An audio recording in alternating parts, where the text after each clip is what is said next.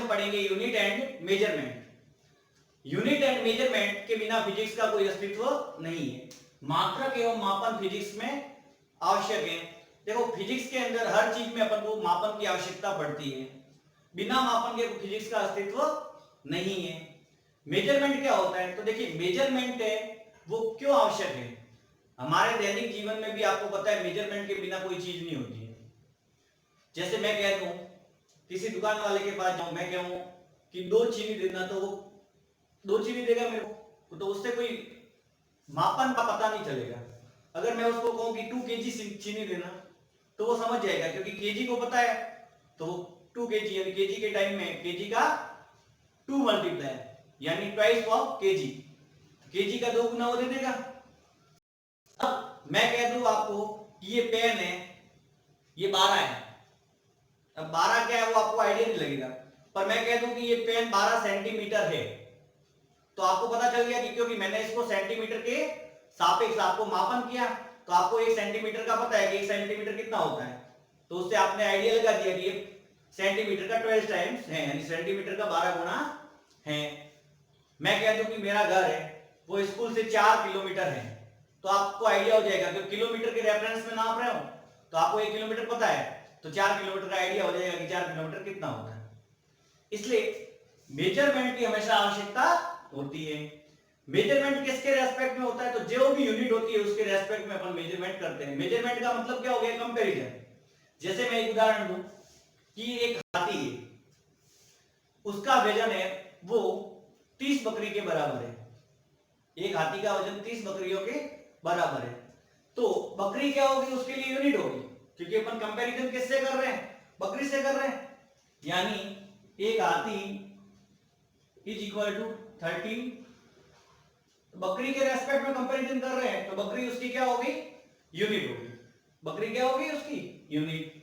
तो इसी तरह हम देखो इसके अंदर कौन कौन से टॉपिक पढ़ेंगे, पहले वो देख लेते हैं। पहला पढ़ेंगे हम भौतिक राशियां, फिजिकल क्वांटिटी।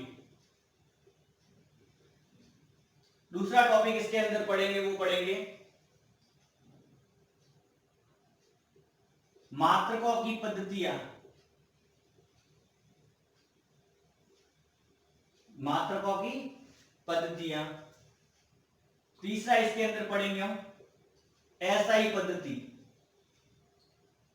चौथा टॉपिक इसके अंदर पढ़ेंगे वो पढ़ेंगे हम विमाएं, विमीय सूत्र एवं समीकरण।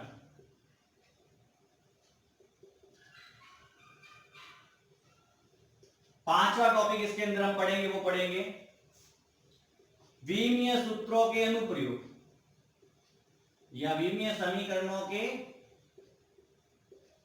अनुप्रयोग। इसके बाद में हम पढ़ेंगे त्रुटि,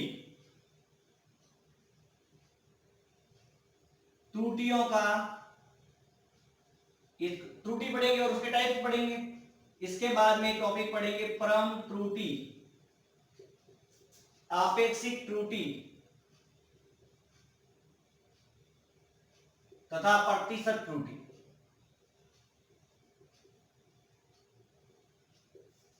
इसके बाद हम पढ़ेंगे त्रुटियों का संयोजन,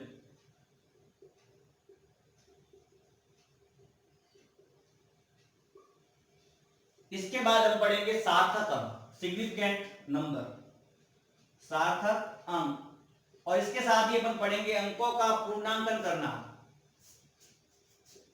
और 10वां पढ़ेंगे हम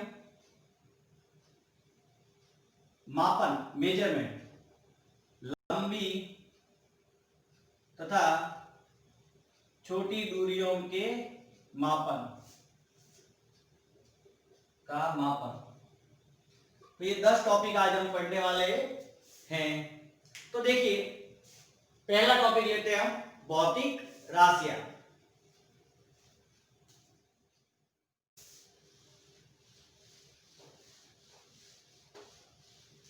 फर्स्ट टॉपिक ले रहे हैं भौतिक राशियां, फिजिकल क्वांटिटी।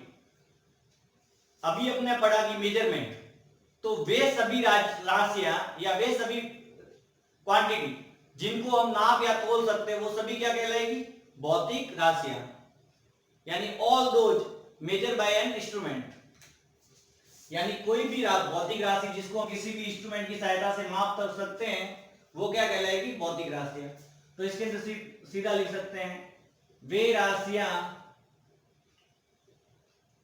राशियां जिन्हें मापा या तोला जा सके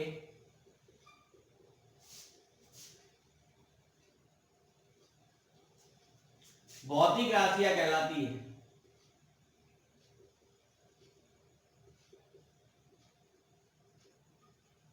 तथा ये सब क्या कर सके, फिजिकल रूल्स को, भौतिकी के नियमों का भी डिस्क्राइब करे, उसको भी समझा सके। उदाहरण, लंबाई, द्रव्यमान, समय, बल, कार्य आदि। भौतिक राशियां 3 टाइप की होती है। पहले अपन देख लेते हैं, देखो भौतिक राशियां होती क्या है, P Q is equal to physical quantity, P Q is equal to, P का मतलब होता है फिजिकल यानी भौतिक, क्यू मतलब क्वांटिटी यानी राशि है, तो P Q is equal to होता है एन यू। एन का मतलब होता है numerical value, numerical value. U का मतलब होता है यूनिट, यानी इसका मतलब होता है आंकिक मान और इसका मतलब होता है मात्रा। तो किसी भी फिजिकल क्वांटिटी को हम दो आंकिक मान तथा मात्रक को साथ में मिला के लिखते हैं। जैसे 1 kg, तो 1 तो हो गया न्यूमेरिकल वैल्यू, kg हो गया यूनिट। 5 kg, तो 5 हो गया न्यूमेरिकल वैल्यू और kg हो गया यूनिट। फिजिकल क्वांटिटी 3 टाइप की होती है।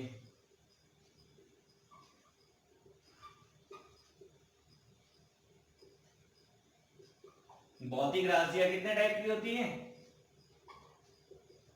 3 टाइप। पहला, मूल राशियां, जिसको बोलते हैं फंडामेंटल क्वांटिटी, फंडामेंटल क्वांटिटी।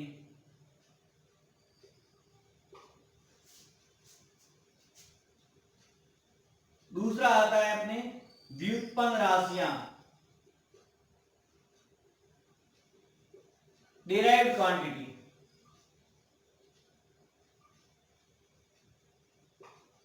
तीसरा आता है पूरक राशियां,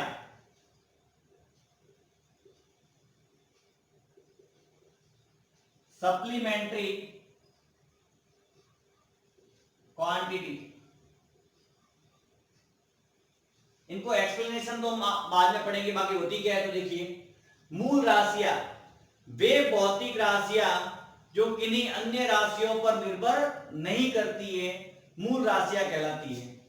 लिख दो, वे भौतिक राशियां जो किसी अन्य राशियों पर निर्भर नहीं करती है, मूल राशियां कहलाती है।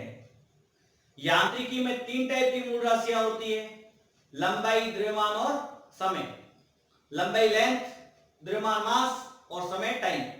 तो length, mass and time 3 type की होती है। यांत्रिकी में 3 मूल राशियां होती है, लंबाई, द्रव्यमान और समय।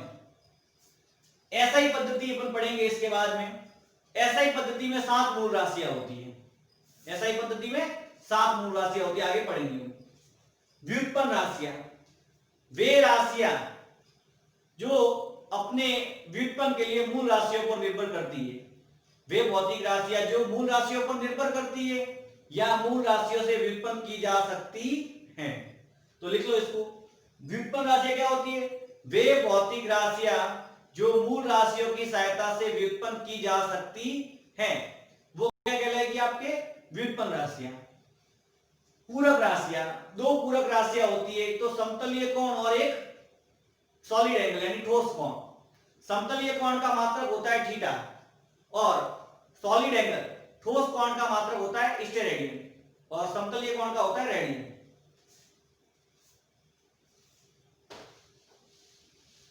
अब अपन पढ़ते हैं मात्रकों की पद्धतियां।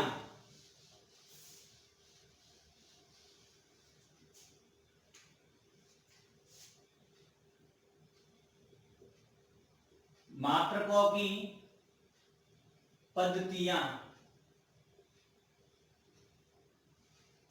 मात्रकों की पद्धतियां देखो, पहले मात्रकों की जो पद्धतियां यूज होती थी वो तीन होती थी। पहली MKS पद्धति, जिसको बोलते हैं मीटर किलोग्राम सेकेंड पद्धति,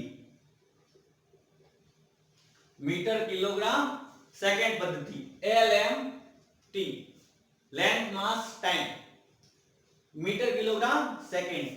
यानी इस पद्धति में क्या होता है, लेंथ को तो बोलते हैं मीटर में, मास द्रव्यमान को बोलते हैं केजी में, और टाइम समय को लिखते हैं सेकेंड में। एमकेएस पद्धति में लंबाई को मीटर से, द्रव्यमान को किलोग्राम से और समय को सेकेंड में मापा जाता है। अकॉर्डिंग टू एमकेएस पद्धति, एमकेएस पद्धति के अंदर यांत्रिकी में तीन मूल मात्रक होते हैं, लंबाई, द्रव्यमान और समय।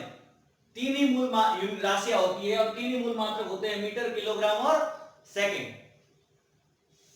दूसरा आता है आपके सीजीएस पद्धति,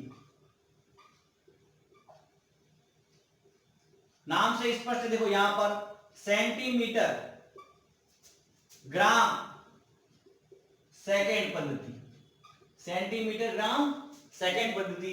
लेंथ को किस में लिखेंगे, सेंटीमीटर में, मास को ग्राम में, और टाइम को तो हमेशा सेकेंड में ही लिखते हैं।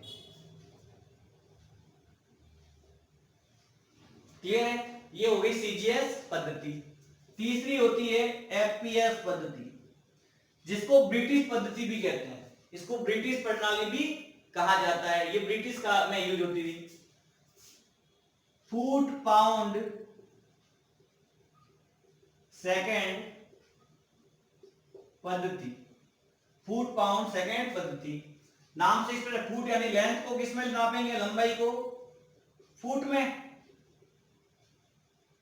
मास को पाउंड में, और टाइम को सेकेंड में, पाउंड में।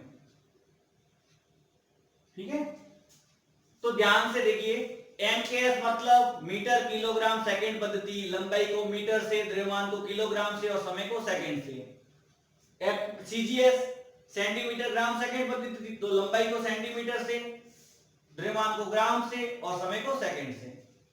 तीसरा एफपीएस पद्धति, इसको ब्रिटिश प्रणाली कहते हैं, फुट पाउंड सेकेंड पद्धति, लंबाई को फुट से, द्रव्यमान को पाउंड से और समय को सेकेंड से नापते हैं।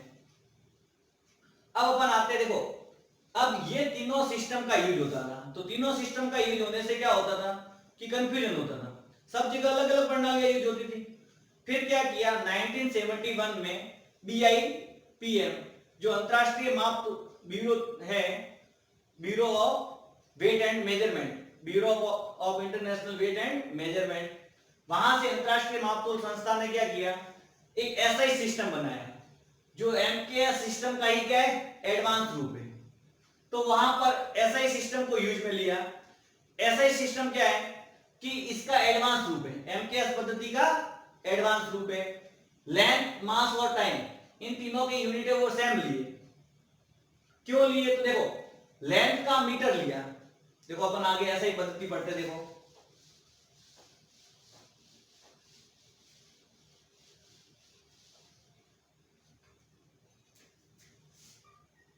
एसआई पद्धति, एसआई पद्धति में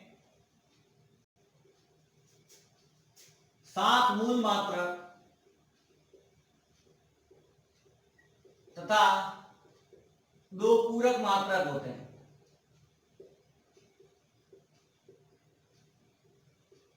ठीक है, देखो 7 मूल मात्रक, एसआई पद्धति के 7 मूल मात्रक।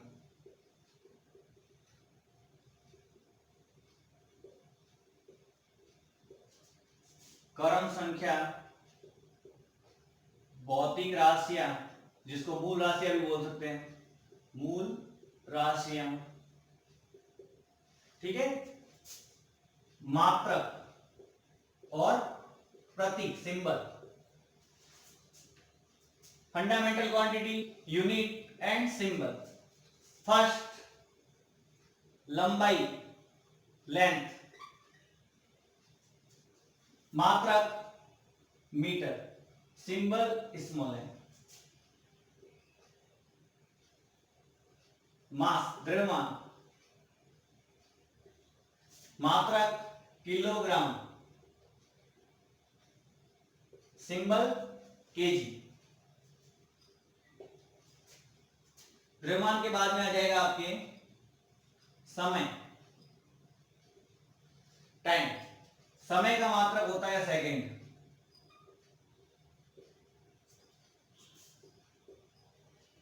समय के बाद में आपके आ जाएगा ताप। ताप का मात्रक होता है केल्विन, सिंबल होता है के।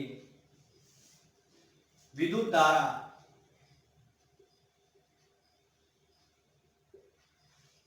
विद्युत धारा का मात्रक होता है एम्पियर, सिंबल ए। विद्युत धारा के बाद आता है अपने प्रदीपन तीव्रता। इसका इतना यूज नहीं आएगा, फिर भी आपको याद रखना है, मूल राशि है। प्रदीपन तीव्रता का मात्रक होता है candela, CD, C amount of substance, पदार्थ की मात्रा, मात्रक मोल, MOL। ये 7 मूल राशियां ली गई एसआई पद्धति में। देखो, इन राशियों का लेने का ये भी कारण है कि ये यूनिक मात्रक दर्शाएगी। इनसे जो भी मात्रक बनेंगे वो सब यूनिक मात्रक बनेंगे, तथा इनके अंदर कोई भी मात्रकों का गुणा भाग करके मात्रक है वो व्युत्पन्न किए जा सकते हैं। किसी भी भौतिक राशि के मात्रक को व्युत्पन्न करना है तो इनको आपस में गुणा भाग करके किया जा सकता है। अगर किसी मात्रक को बड़ा करना है या छोटा करना है तो भी अपन कर सकते हैं। इस टाइप के मात्रक लिए गए कि 10 की घात में अपन गुणा भाग करते हैं, 10 की घात में गुणा करेंगे तो 10 प्लस 10 की घात से गुणा करेंगे तो ये बड़ा मात्रक हो जाएगा, माइनस 10 की घात से करेंगे तो छोटा हो जाएगा। जैसे 10 की पावर 3 करेंगे इसको मीटर तो किलोमीटर हो जाएगा, 10 की पावर -3 करेंगे तो मिलीमीटर हो जाएगा। तो इसलिए इजी वे में हम बड़े से छोटे मात्रकों में कन्वर्ट कर सके, इसलिए ऐसा ही पद्धति का यूज लिया गया। देखो, अब दो पूरक मात्रक कौन कौन से होते हैं? समतलीय कोण और ठोस कोण।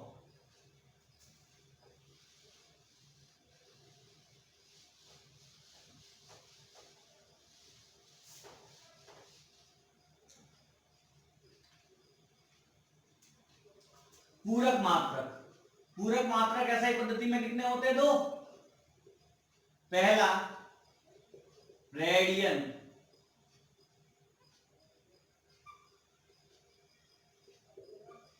यह समतलीय कोण का मात्रक है, प्लेन एंगल का।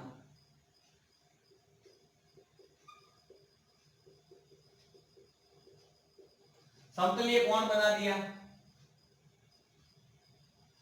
ये हो गया थीटा, ये होगी त्रिज्या r और ये हो गया इसका चाप ds।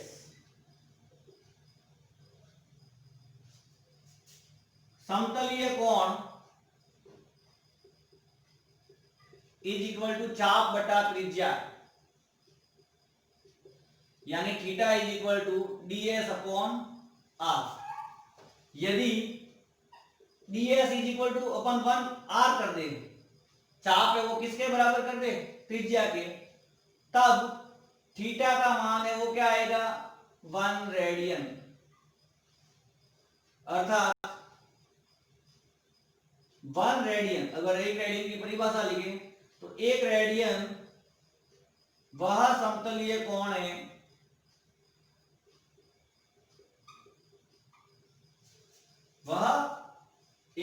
वह समतलीय कोण है जो क्या करता है? त्रिज्या के बराबर, जो वृत्त की त्रिज्या के बराबर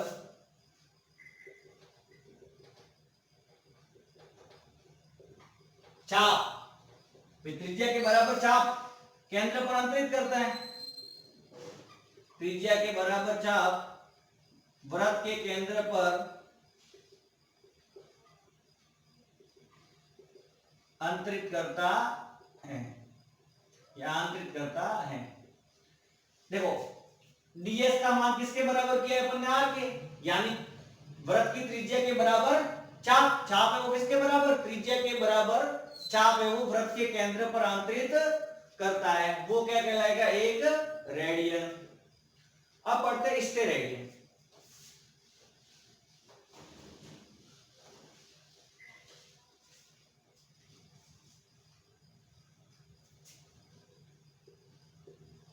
स्टेरेडियन STERADIAN, इसको सिंबल के रूप में SR से लिखते हैं, ठीक है ना। यह ठोस कोण का मात्रक है, ठोस कोण का मात्रक है। तो ठोस कोण क्या होगा, एज्यूम करो एक गोला है, गोले के अंदर से आप एक शंकु निकाल रहे हो काट के, ये मैंने शंकु निकाला,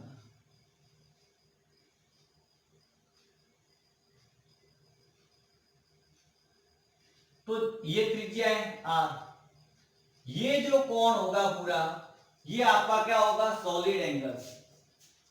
ठोस कोण को ओमेगा से व्यक्त करते हैं,